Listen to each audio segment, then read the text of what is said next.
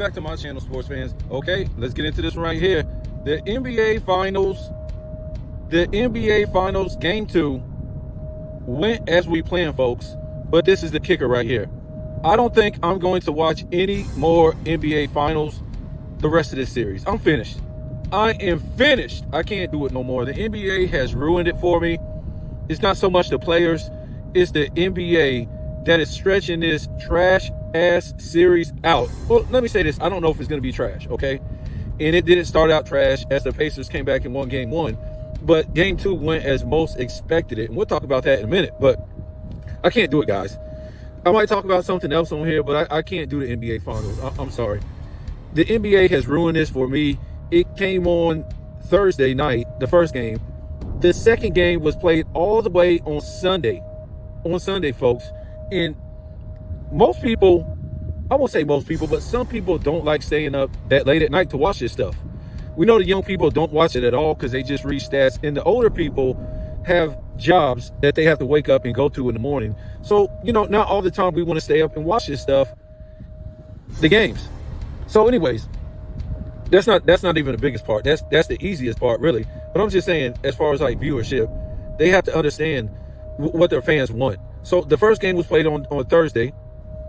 The second one was played on Sunday. Game 2 yesterday. Game 3 will not be played on Wednesday, folks, until Wednesday. Until Wednesday, Game 3 won't be played. So that's it for me. I'm cashing out. I'm done. It's over for me. I can't do it no more. These teams are not all-time great teams to me. It's not a good enough. Even if we all say OKC put up these historic numbers, whatever. The matchup in this series isn't great enough to be doing this, to be stretching it out like this. Now, if they would have did the second game on Saturday, I would have been like, okay, now we'll wait until Wednesday because they're going back home to watch Game 3. But you're going to stretch it out again as many days as you. They had no reason because OKC was home in Game 2. And some people say, oh man, but look at Saturday, man. You know, they wanted all the viewership. They were playing Saturday games all the time. We got to remember, I think it was the second round, if I'm not, was it the second or third round? I forget when it started, but the first round was just crazy stuff like this. And I think they were trying to help the Lakers get as much rest as they could.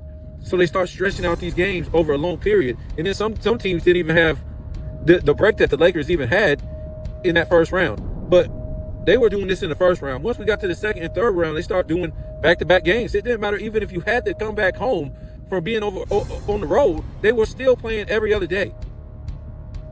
Now we're back to playing this. And I know when they play a game Wednesday, they're going to play again Friday. But they're going to go back to that again probably. I didn't look at the format after that or when the games are being played after the Friday game. But I can't do it, man. This series isn't that exciting enough for me. It's not. It's really not. People on social media is not even talking about the NBA. They're talking about LeBron James and Coco Gauff and, you know, what ESPN said about LeBron James. And LeBron James, it's the same thing. He's getting more pub than the NBA Finals. That's why I try to tell you guys, this guy is not going back to the NBA Finals again. He's not interested in winning a championship again. He's making more money cashing out on social media, especially on Mind on the Money podcast, than anything. And everybody has to eat off of LeBron James. If you don't say LeBron James, you're not going to eat. You can condemn this guy all you want.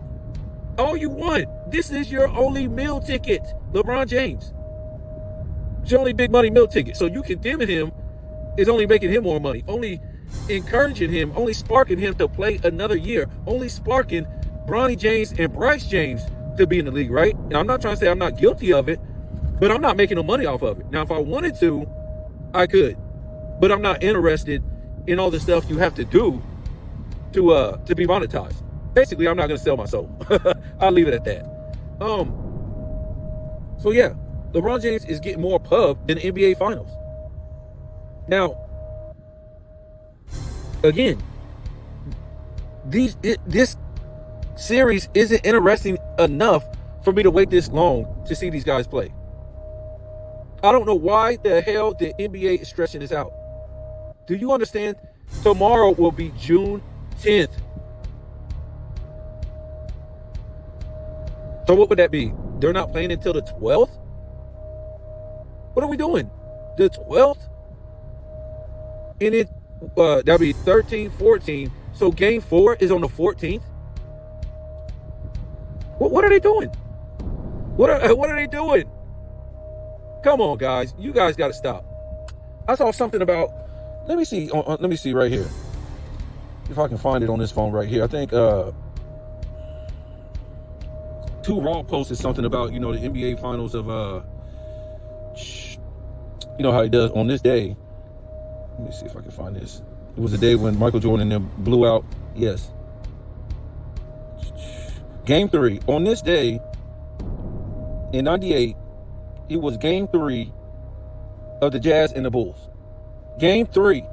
And this was 2 days ago, folks, that he put this on here. So it might have been Sunday? It might have been Sunday he put that on there. Might have been Sunday. So I don't know, man. It's just, this is stretched out way too long for me to care about this series. They're trying to make this thing more than what it is. It could be a great series. I don't know. Who knows? It could turn into a very good series. Who knows? But I'm not. Look, I got other stuff to do, worry about. It's the summertime. I got stuff in my personal life going on. I don't have to live on YouTube like a lot of guys. A lot of guys basically have to live on here. That's their living and how they make money. If they do, they do. That's fine with me. I'm not trying to knock them. But I don't have. There's more to life than LeBron James in this boring ass NBA that really isn't doing nothing. Okay. Let me say this. I thought that the Indiana Pacers had a chance to compete in this game. That came out. Now I thought they might have just came out and laid down and been like, oh, we got game 1. Who needs game 2? You know what I'm saying? I didn't want them to have that type of spirit because you're not as good as OKC. I don't think they are. But then again, too, they don't back down from OKC neither. They're not scared of OKC. So that's another thing in itself. They're not scared of OKC. But it is what it is, folks. They came out and they fought hard, and I think when that third quarter came, especially the fourth quarter beginning, it was just over, man. They could never.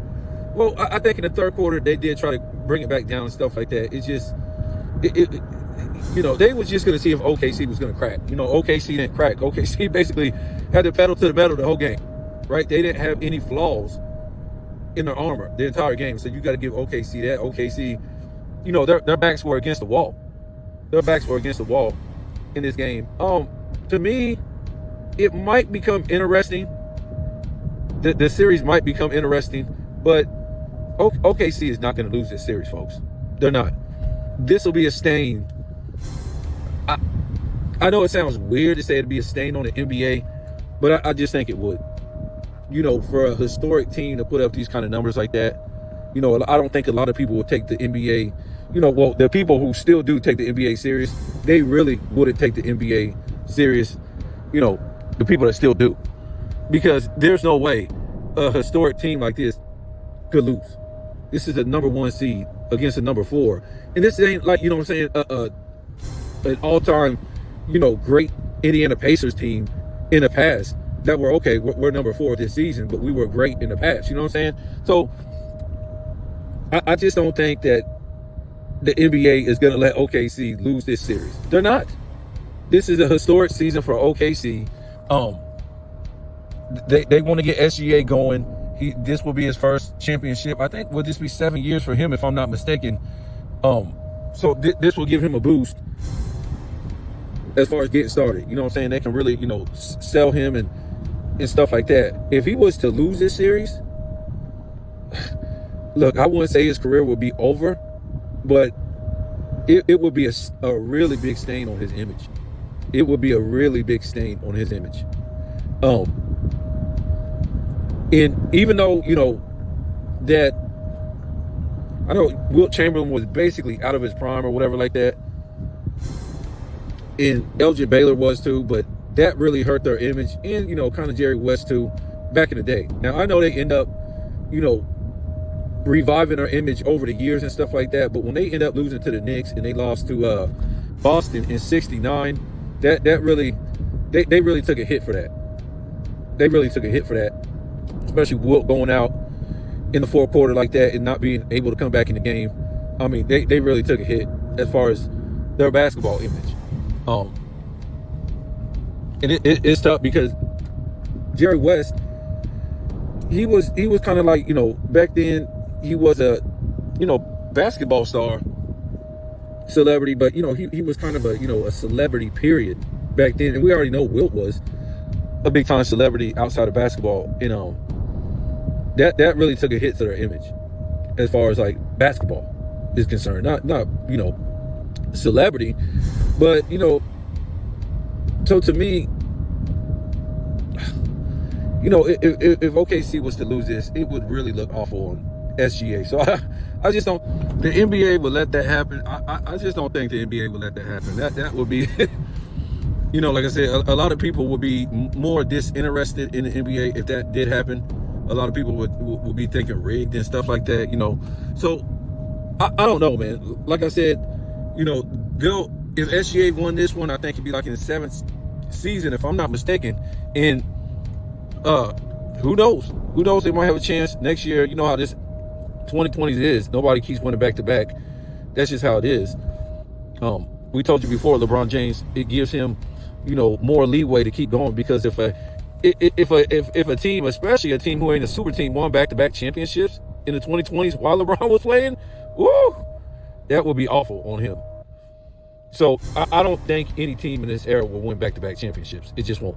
We done seen, the Lakers, they had a pretty good squad and they didn't do it in 2020. Then we had, we had Greek Freak. They said, how many championships can they win? Then we had Golden State. How many championships can they win? And then, Denver, how many championships can they win? One. Okay. One in the 2020s. So it's just not going to happen, folks. It's not going to happen. To me, as long as LeBron James is playing, in the league ain't going to let a team go back to back.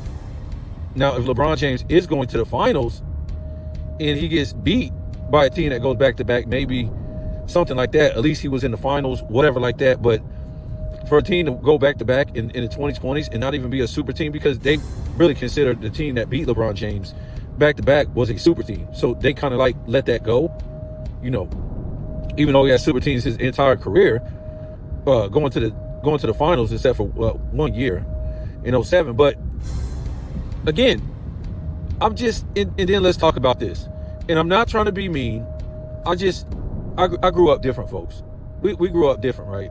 First of all, we grew up watching positional basketball, right? Where each guy at each position possessed certain skills at that position, right? The shooting guard, the point guard, the power forward, the center, and then the small forward.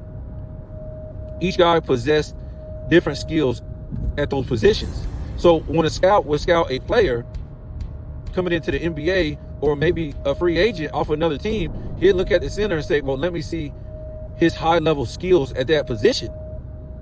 How high, because you had to have certain skills at every position. Everybody knew that, right? So, like I said, the scout would be like, well, let me see, as far as the skills he's supposed to possess at this position, at center or power forward, or, shooting guard, whatever, point guard. Let me see how high level his skills are, right? So that's what they would do.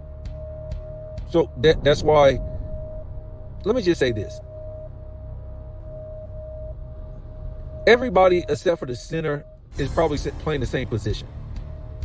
So every guy, to me, on the floor possesses the same skills, right? So Michael Jordan couldn't possess the same skills as, well, I won't say Michael Jordan, right? Most power forwards, right? They didn't possess the same skills as maybe a small forward. Some of them did, but it was rare. You know what I'm saying? Because small forward, they wanted these guys big and tall. You might get away with it not being tall if you were, just big and strong, right? Maybe at the center position, you might get away with not being 7 foot if you had great skills at that center position. You know what I'm saying? So these guys today, they all have the same skill. Maybe not the center. It's really not a center. It's really sometimes a power forward, which the power forward, we call them power forward today, they will get destroyed by power forwards in the 80s and 90s. They would get destroyed. And maybe the 70s and 60s too, right? Because they're too soft. So they can't really be a small forward because they're too tall. So they're just a soft power forward. You know, the centers today, and like I said, most of them are they're not tall enough to be a center back in the day. And if we use my logic again, some guys were shorter than 7 foot at the center position.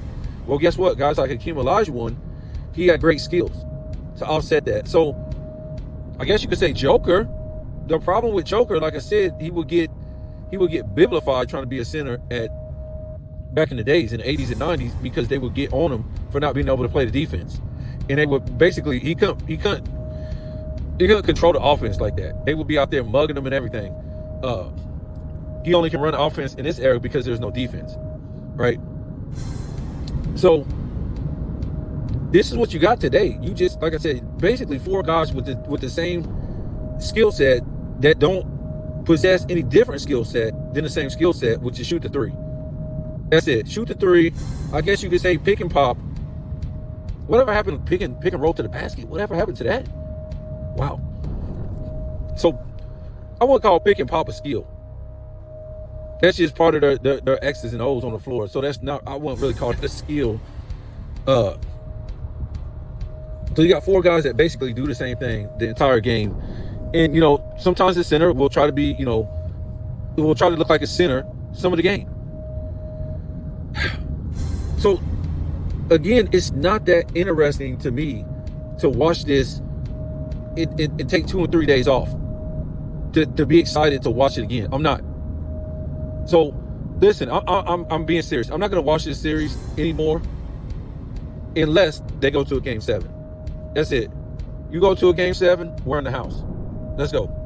But if you don't go to it's not interesting enough. And nothing against the players, nothing against the teams or your team, whatever like that. I don't have any interest in this for them to be stretching it out this long. I don't. And to me, Sunday, they could have played this at 6 o'clock.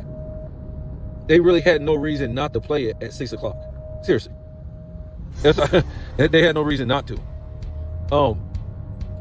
So, also, like I posted the other day during the game, I said, well, we know we're in the end times with the NBA, and it's basically over when you have Doris Burke, I always mess up her name, Doris Burke, calling the finals, and Richard Jefferson with Mike Breen. Mike Breen, my all-time play-by-play, but these are the color analysts? Doris Burke and Richard Jefferson? Wow. I don't know, folks. This is rainbow rights at its best. LGBTQTYX at its best. How did this get into the NBA, folks? How did this get so open in the NBA? And I told you guys before, it's so much open zestiness going on in the NBA today with these star players, it's not even funny. And to me, it's a big open zest fest. And like I said, whatever you want to be, whatever you are, that's fine with me. But I have a right to call it out and say what it is. Okay? That's why people have platforms. But some people, they're scared to say it on their platforms. Like I say it, you know, I've heard some people say it in different ways and stuff like that. So I'm not going to try to say everybody is scared. But now, even a play-by-play has turned into a zest fest.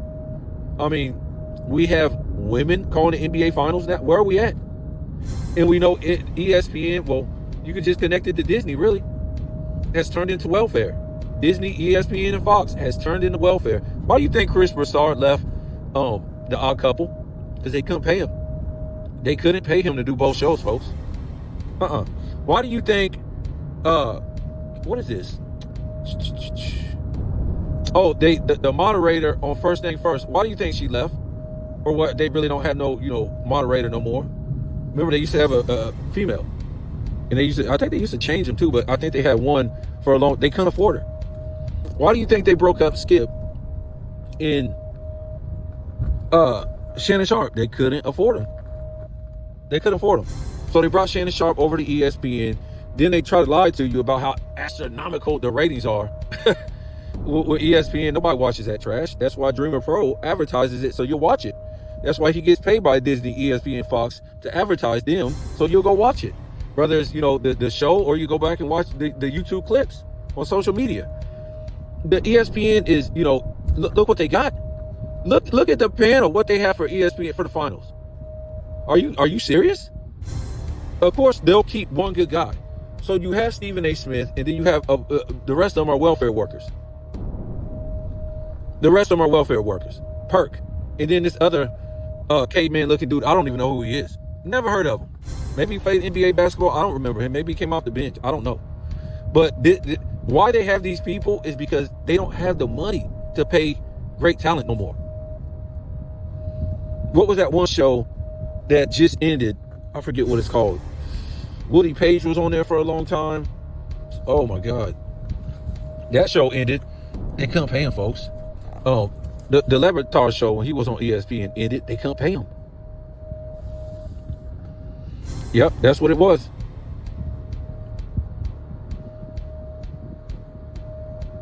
That's what it was. They couldn't pay him, man. And this is what you got with Doris Burke and, Richard Jefferson. Don't think this is some kind of, it was like, oh yeah, they're the best qualified. No.